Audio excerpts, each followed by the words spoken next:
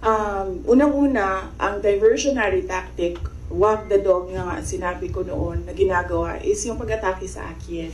Nakita nyo, wala na tayong pinag-uusapan patungkol sa bansa, kundi si Sara Duterte.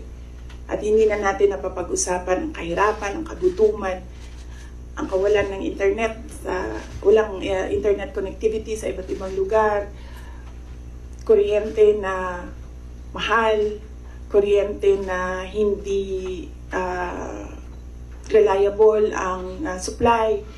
Ang daming problema ng bansang ito. Pero hindi na pag-usapan dahil pinapag-usapan natin si Inday Sara Duterte. Pero wala namang problema sa akin yon. Kaya ko naman sagutin yan lahat kasi alam ko naman wala akong ginawang mali. So kahit ano pang itapon nila, sasagot ko yan.